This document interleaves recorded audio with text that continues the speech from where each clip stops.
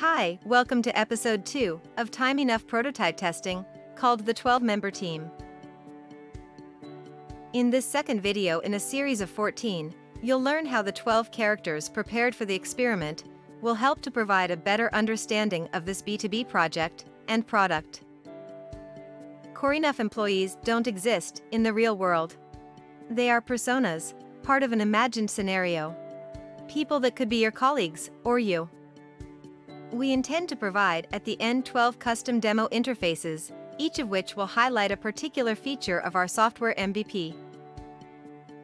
There will be only 2 fictitious employees in the beginning, a woman named Laura Bowen, acting as Chief Marketing Officer of timeNough, and a man named John Doeson, acting as Product Owner. Using timeNough, 2 mailbox interfaces have been created so that you can access the email of these 2 specimen employees in a similar manner to how they would, including sending and receiving real emails.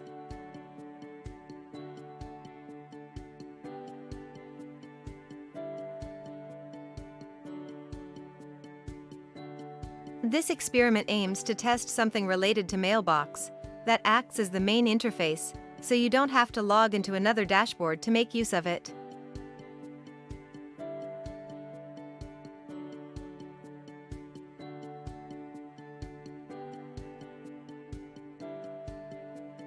A functioning email account is needed to make sense of timeNough's first MVP version, because everything revolves around emails.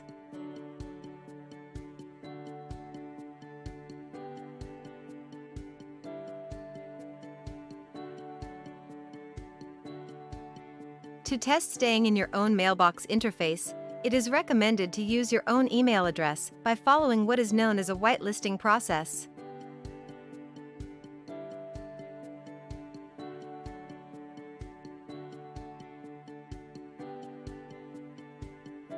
The following page explains how you can become whitelist and have your email address trusted by our systems.